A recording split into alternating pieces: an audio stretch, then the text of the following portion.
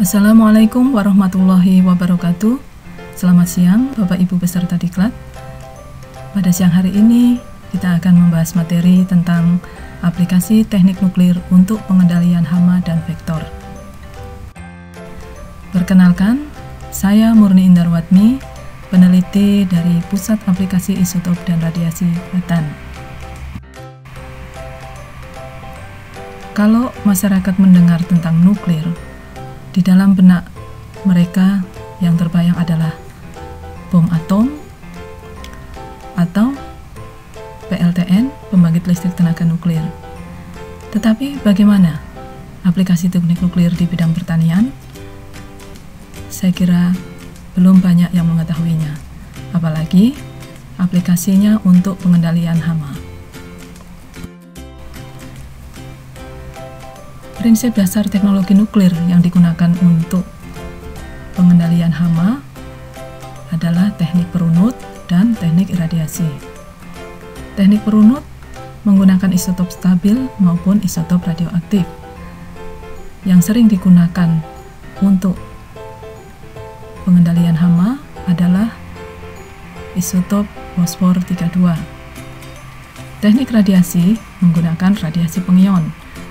Radiasi pengion memiliki daya tembus yang besar dan dapat berinteraksi dengan air, DNA, kromosom, dan sel.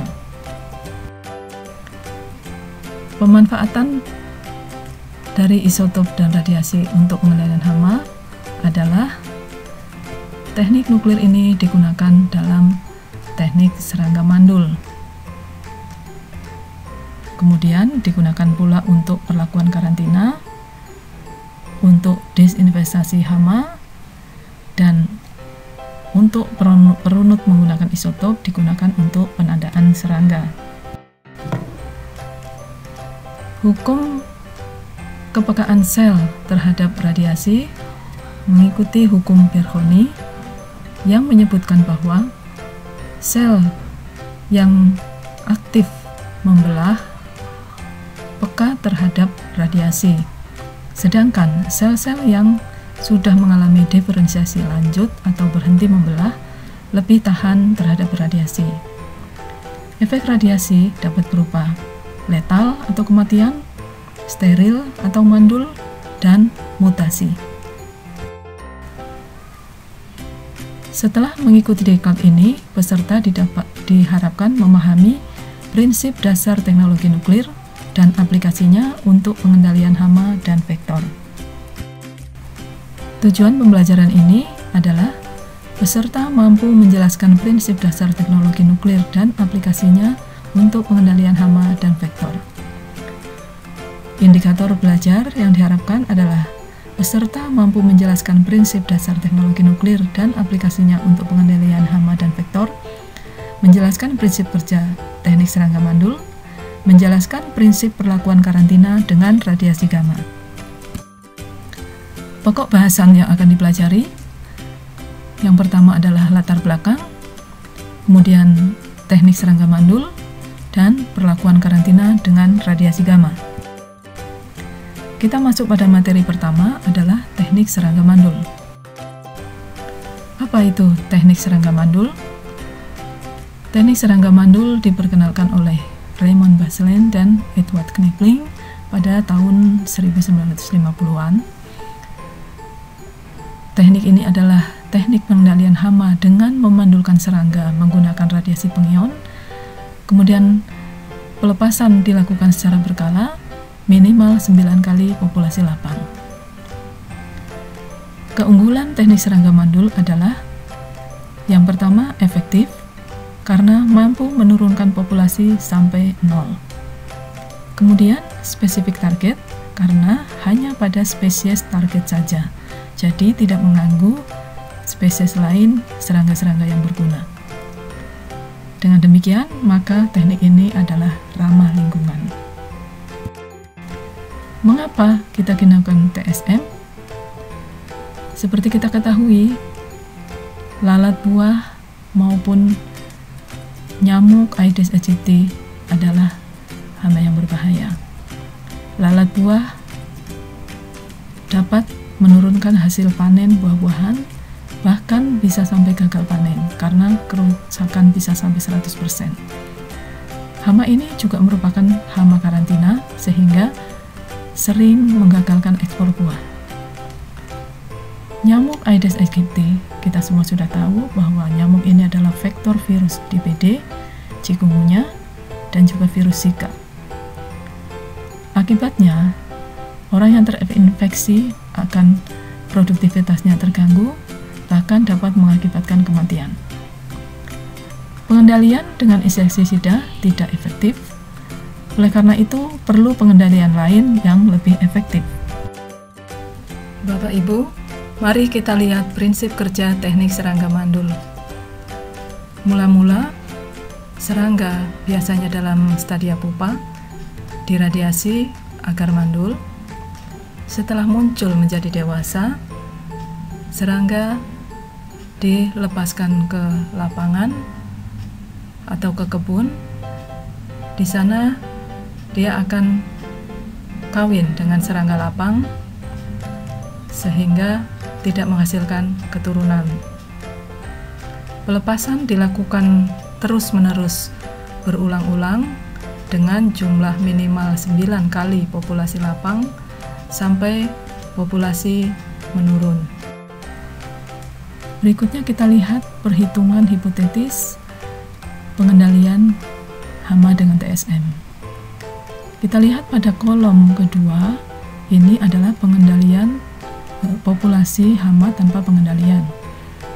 Jika kita asumsikan bahwa di lapang terdapat 1 juta ekor serangga hama, tidak mengalami pengendalian, dan kita asumsikan bahwa peningkatan populasi itu 5 kali lipat, sehingga pada generasi berikutnya jumlah serangga menjadi 5 juta ekor.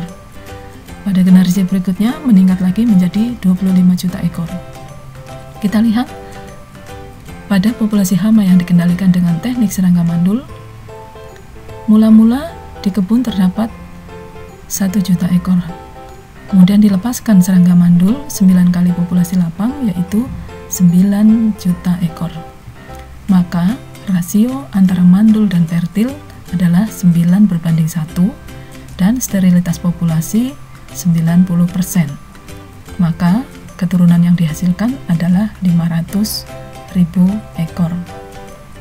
Pada generasi berikutnya, dari 500.000 ekor ini kemudian dilepaskan kembali sejumlah 9 juta ekor, maka rasio mandul berbanding fertil meningkat menjadi 18:1. Sterilitas populasi juga meningkat menjadi 94,7%. Maka keturunan yang dihasilkan menurun lagi menjadi 131.579. Demikian seterusnya, sehingga pada generasi keempat dilepaskan kembali 9 juta ekor, maka populasi menurun bisa mencapai 0.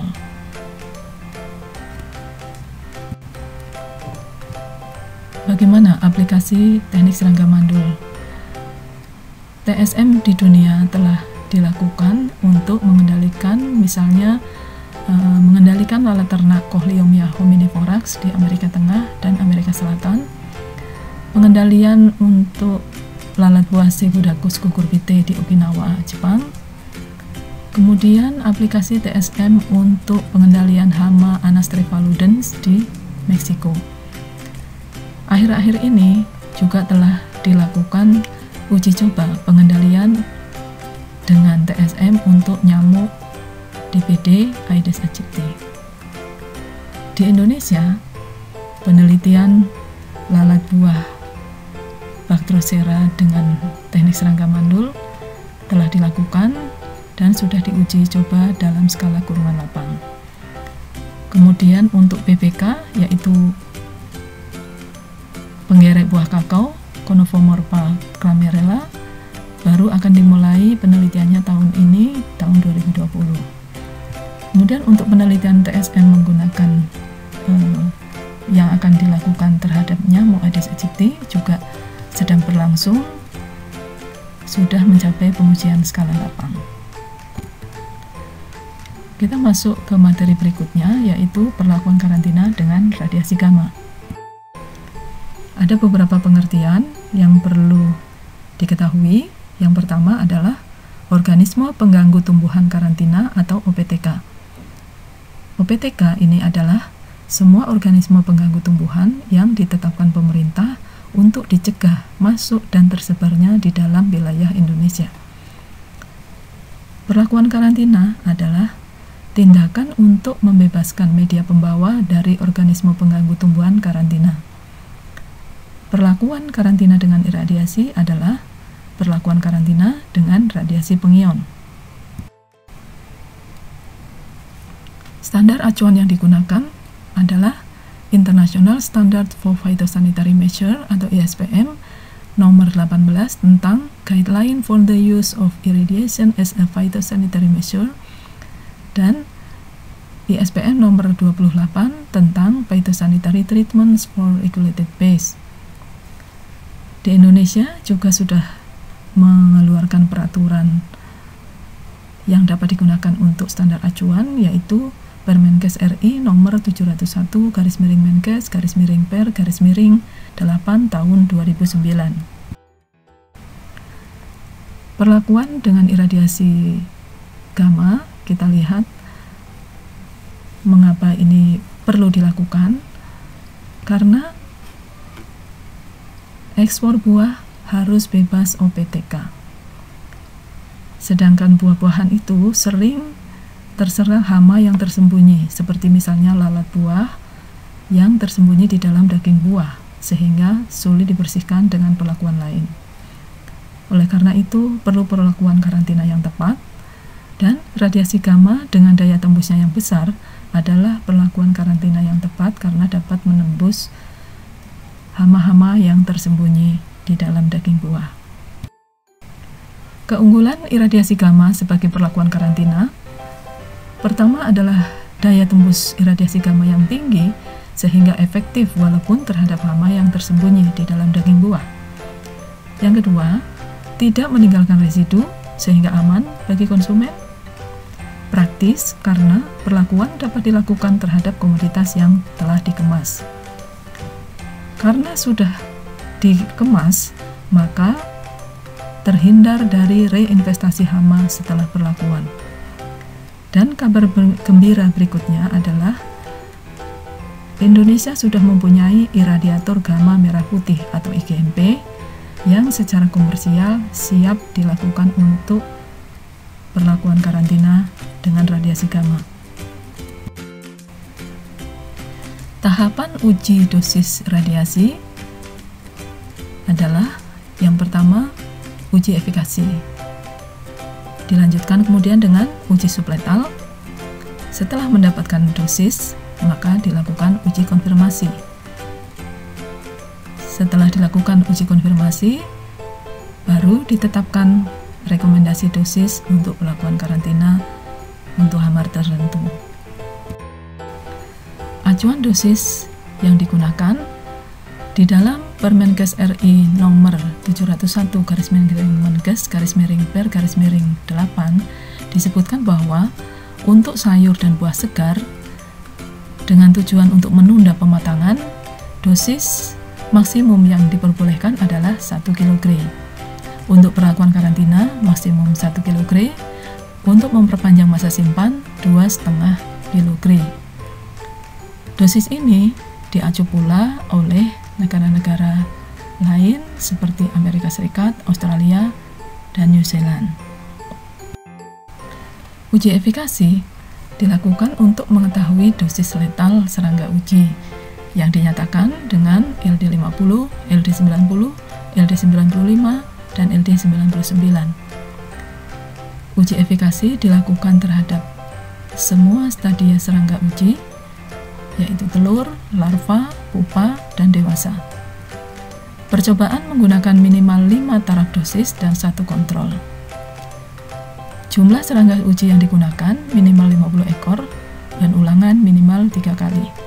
Pengamatan dilakukan terhadap mortalitas serangga uji setiap hari.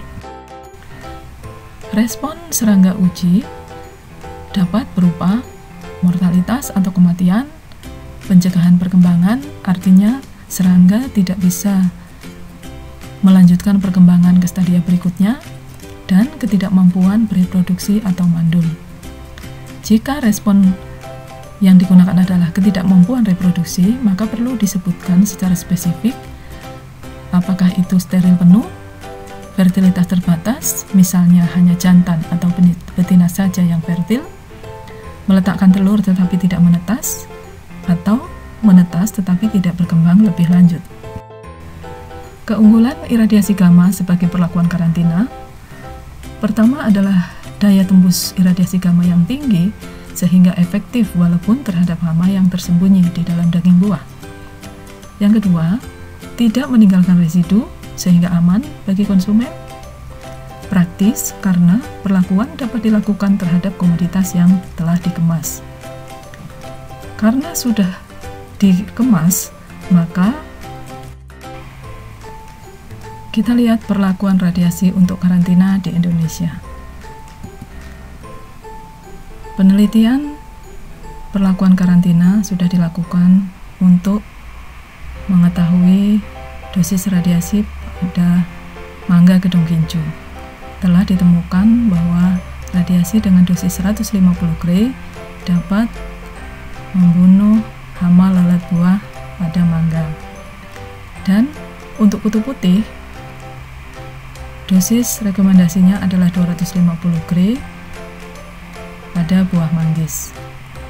Pemerintah Indonesia melalui Badan Karantina Pertanian dan juga bekerja sama dengan Pairbatan akan mengekspor mangga gedong gincu ke Australia dengan iradiasi gamma. Beberapa bulan yang lalu, delegasi dari Australia telah datang ke Indonesia untuk melihat kesiapan Indonesia dalam mengekspor mangga gedong ke Australia. Delegasi tersebut juga berkunjung ke iradiator gamma merah putih untuk melihat kesiapan fasilitas radiasi tersebut. Diharapkan ekspor mangga gedong ke Australia akan segera terwujud. Apa itu teknik serangga mandul? Teknik serangga mandul diperkenalkan oleh Raymond Basselin dan Edward Knipling pada tahun 1950-an. Teknik ini adalah teknik pengendalian hama dengan memandulkan serangga menggunakan radiasi pengion. Kemudian pelepasan dilakukan secara berkala, minimal 9 kali populasi lapang. Keunggulan teknik serangga mandul adalah yang pertama, efektif karena mampu menurunkan populasi sampai 0. Kemudian, spesifik target. Terima kasih Bapak Ibu atas perhatiannya. Assalamualaikum warahmatullahi wabarakatuh.